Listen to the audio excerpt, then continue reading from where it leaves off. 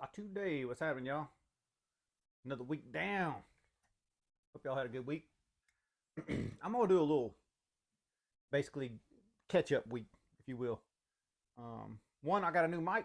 Thanks, Grumpy. Whatever Grumpy reviewed. I'm not a tech guy. He reviewed a mic, and I'm gonna try it. See if the audio sounds any better. If y'all let me know. I think this one has noise canceling or something. I don't even know how to mess with it. I just play with it. Actually, I watched Grumpy's video and just follow what he did pretty much. His sounded better on his voice, so maybe it'll sound better on my voice. We'll see, I guess. I don't know. All right, so I think what I'm gonna do this week is basically just recap everything that's been loaned into me, and then kind of move on from there. So this is kind of be more, not really a review, I guess, but I'm just gonna talk about the stuff that's been loaned into me. How about that? Um, we'll start with the easy stuff because the other stuff I'm gonna put like top down views and go into more details, I guess. So easily, let's do this one because I don't have anything else compared to. The only thing I can talk about is this petrified fish. I've not really messed with this a whole lot. And it reminds me of a knife my brother bought at Blade Show last year, which is Red Horse Knife Works Hellraiser, which is I think one of Dirk's Dirt Warning's favorite little knives. That's kind of what this one reminds me of. It's kind of like a, I don't know. I hate to say it this way, but it's like when something gets hot, everybody kind of follows. It's like a follower kind of thing. But, I mean, it is what it is. I don't have any other liner locks. I don't have anything else in my collection that's like this. Done. The second one is going to be this X Tau or Tau or Tao. I'm not sure how to say it. Let me just say, first of all, like this is not my style of knife. Y'all know that. But the details in this thing, let me get up here kind of close. I probably should do a top down on it. But anyhow, like the machining, the details in the machining, oh, they did a really fantastic job. Awesome job on the finishing on this one. It's just a cool finished knife. Not necessarily my style, but it's a cool ass knife. Like, I think if you're into this, if this visually appeals to you, it's probably one to check out. And I don't think these are all that expensive either. I mean, I don't know. It's all relative, right? The other one JD loaned in was I can't remember the name of this one. I know it's QSP. Is it Hedgehog? Did I mess it up? I don't remember. It's a Hedgehog. I haven't carried or used this one at all. I just simply took it out and played with it for half a second. Mitch had gifted me this one, Ohio Riverjack, which is I think manufactured by QSP, and roughly they feel. I mean, the overall size of the knife doesn't, but like the action and how it feels, it's pretty identical. Like I don't really see a whole lot of difference. And the only thing I got to compare with is this Medford that I bought thinking I might try slip joints for a little while, but I still couldn't give a shit. So I'm just not a slip joint guy. Like, at least not at this point. I guess you know what the thing is about slip joints for me is I see like the modern traditionals, the Jack Wolfson, I guess knives like that too. Um, and I see their price ranges kind of getting up to a point where I've seen custom knife makers slip joints a little bit above that. And to me, if I was getting in that realm, I think I'd jump straight to customs. That's just me. Like, and I'm surprised, like guys like Lefty who are into like the higher end knives haven't even tried it customs. I haven't seen him. Maybe he has, and I don't know about it, but I haven't seen any videos. And I see videos all the time, especially on Reddit. Newer knife makers or makers that just trying to like fund their hobby and have fun making knives that do outstanding work. I'm like, that's where I would jump personally, but I don't know. It is what it is, right? Like we all enter into different things. That's all JD's loanings in, and then Mateo loaned me his Evo 3.0, which I'm sure a lot of you have experienced the Evos. The 1.0 was pretty rare. I guess they didn't make that many. I had a chance to get one back in the day, but once I found out CKF was doing it, I'm like, I'm just not. I don't know, man. Like, I don't know why it's such a hang up for me, but I just don't want. I don't know. I guess I just don't want Chinese knives. It's just. I mean, I don't really got nothing against them. I just don't want them personally. I shouldn't even say that shit. I don't know. It's just a thing for me, I guess. I don't know. But this knife, it's a cool design. Like I've heard the other guys, the guys that are more into these knives than I am, say that they think this is the. I believe this is the three. I believe this is the bigger one, the biggest of the 1, 2, and 3. And to me, this one is a little bit on the small side. I wish it was bigger. And of course, right? Everything I like is bigger. And the other thing that bothers me about this one is the weight. Like it's the handle scales. It's not that they're finished bad or look bad. I mean, it's cool looking. I'm not a huge fan of Mercata, but even if it had a Mercata inlay, if they didn't hollow out the titanium and left it full weight, like make it feel like a knife, I don't know. That's the biggest thing I don't like about this one. Just the weight. Obviously, the action's good. It's honestly like it's so good, it's boring good. Like it don't really have a personality. Like to me, like that's just me. Like I don't feel like a huge like when you the detent comes back in, you don't feel like a huge like suck it back in, or it's just a smooth action. So I know some people are different in different actions. Like this is just not one that like appeals to me in a I don't know. I guess it doesn't hit the feels, as some people say, right? All right. We're gonna move to this attention to detail. But while doing this one, I gotta do a top down so y'all can see it better. Because like this with all the background stuff, I know it gets busy and y'all listen to me ramble, but I just wanted to get those knives. And then we'll get to what the meat of this video is, which is the knives that Steve Clare loaned in. All right, so this is a knife I want to go over next. This is the attention detail large MK1. I don't know what all this writing here means. I'm not sure that number 2 and use G. I don't know what any of that is. And that attention detail S30. Oh, Miss Socks is gonna make her appearance. Hello, Miss Socks. This is one that it took me a minute to kind of warm up to. I guess more so than some of the other ones that he sent. So out of the 4 that Steve sent, this is probably my I guess more. It's probably the most practical, but yet the least like desirable for me, if that makes sense. It's practical in the fact that most people would carry this size knife over other knives. I'm just one of those idiots that like huge knives. But the part that I don't like about this one is going to be the slick finish on this. I mean, it's gorgeously carved. You can see that. It's super nice, but it's slick, kind of like Doug's knife that I refinished to him last week, that 187 that was all slick. That's the same kind of thing here. I just don't like the overall finish of it. I love the pattern in it, and I like the S30. That's definitely cool with me. The grind is sick, man. Like, you see how well it's done. Super comes down to for me, for this style of knife, comes down to a pretty acute point. Pretty thin behind the edge. I like it a lot.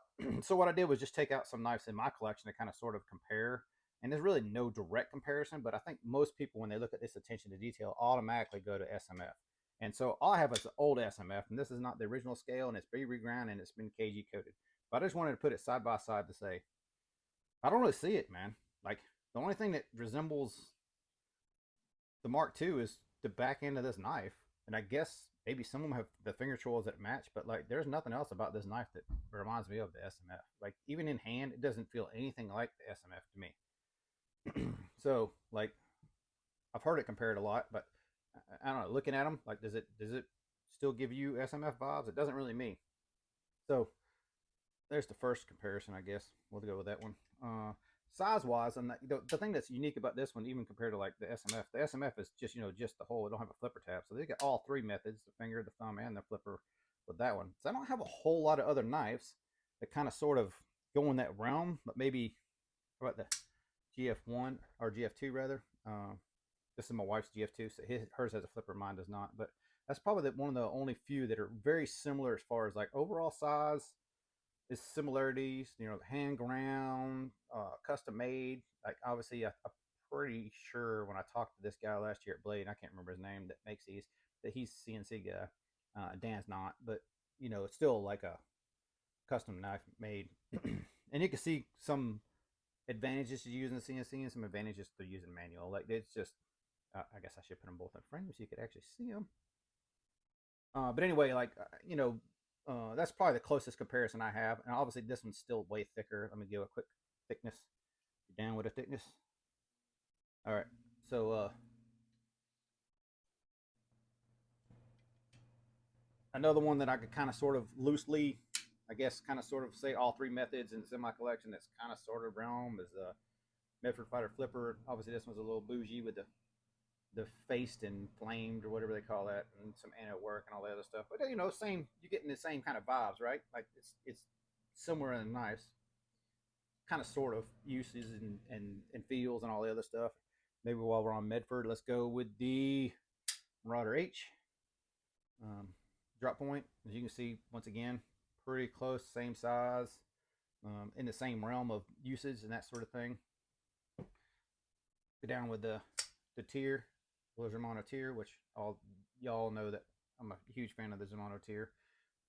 And this has been modified or whatever else, but you can still see like very much comparison as far as like overall size, style of knife, what you'd use it for, and that sort of thing. Especially this one with its reground, like very, very similar uses for the blade on that one. And then let's do one more because I'm an idiot like that and I like to flex. Not really, but you know, I just keep things interesting, I guess. One of the few carbon fiber knives I do have. This is a Solo that's been modified.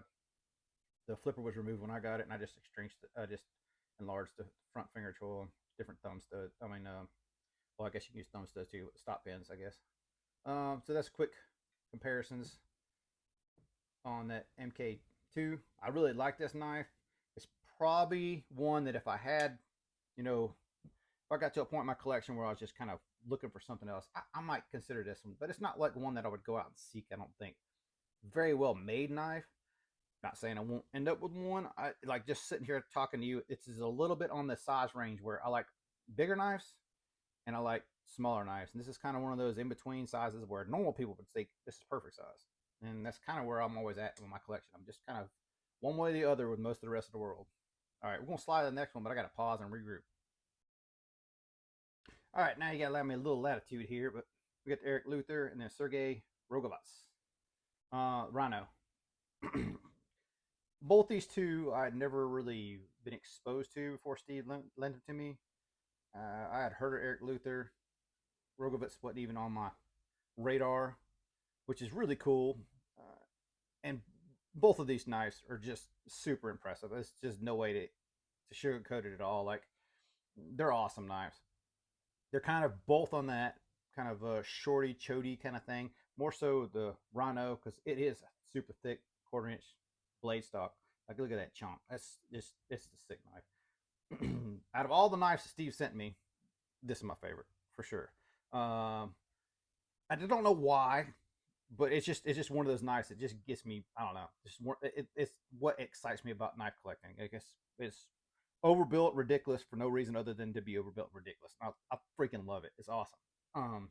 The Luther, it's just overall like there's some knives that you get you put in hand, like direware.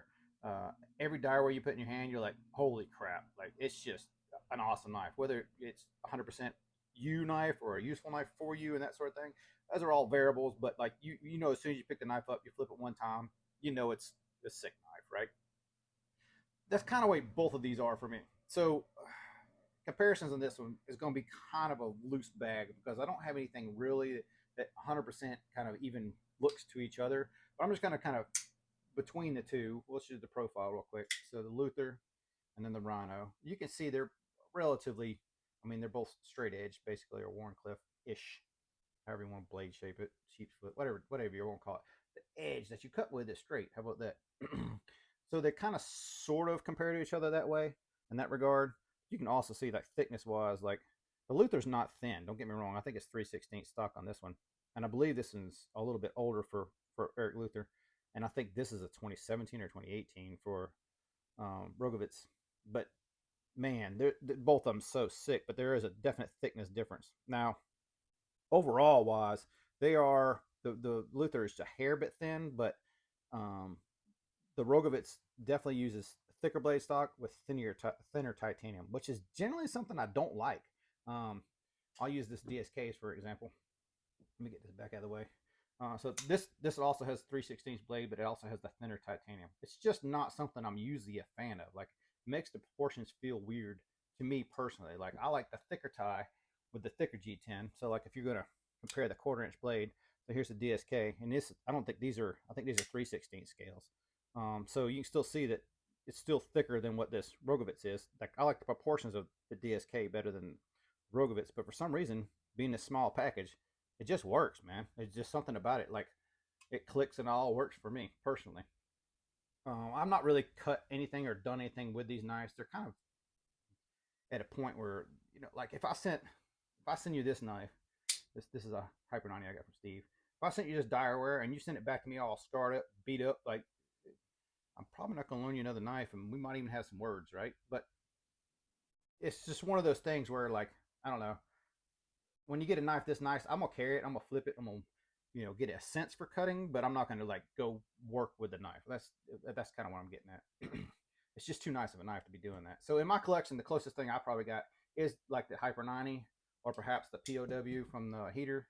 which is, you know, same thing. Both of those are kind of in the same realm of, I'd say, price, custom, everything. Like, you know, the Direware is using more CNC style stuff, and the heater is kind of a mixture of both. And I'm just assuming that on both of these. And if you want to talk about handmade, you can actually throw the DSKs in there, which is what I guess they call handmade now, but it's still, you know, he does the water jet cutout. And I just threw this one in there because that's the only blade I have that's kind of similar shaped. But you know, it's this knife's huge compared to that one. Like it's way bigger.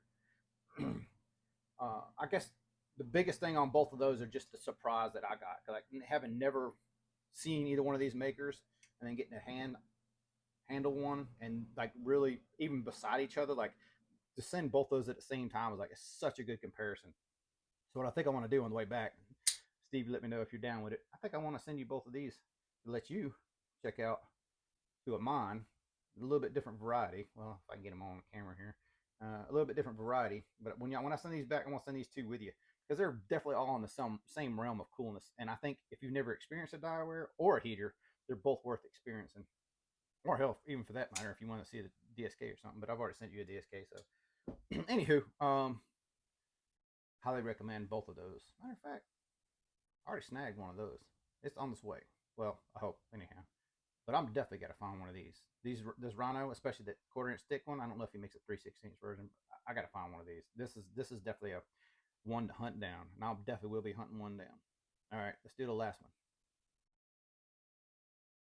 All right, the final IST loading in here was this RSK Paragon. This is the custom version of the Paragon. Maker's out, I think 18 months, what Billy was telling me the other day when he talked to him. You know, the hard thing about waiting 18 months for something is a lot of stuff can change in 18 months, like your opinion of what you like in knives, you know, your financial situation, lots of stuff. So, like, I've waited for knives before, but it's just so hard to pre-order something 18 months in advance. And I can't remember what he told me he had to put down, but it was a pretty substantial amount to put down. So right off the top, like, you know, to get one on the secondary is probably more likely for me. Sorry about all the smudge on the blade stuff, but I did use this one a little bit. Matter of fact, it cut open the chicken feed this morning for about, I don't know, 10 minutes ago or something. But anyhow, initial impressions of this was like, basically, I like the overall knife, the length of it.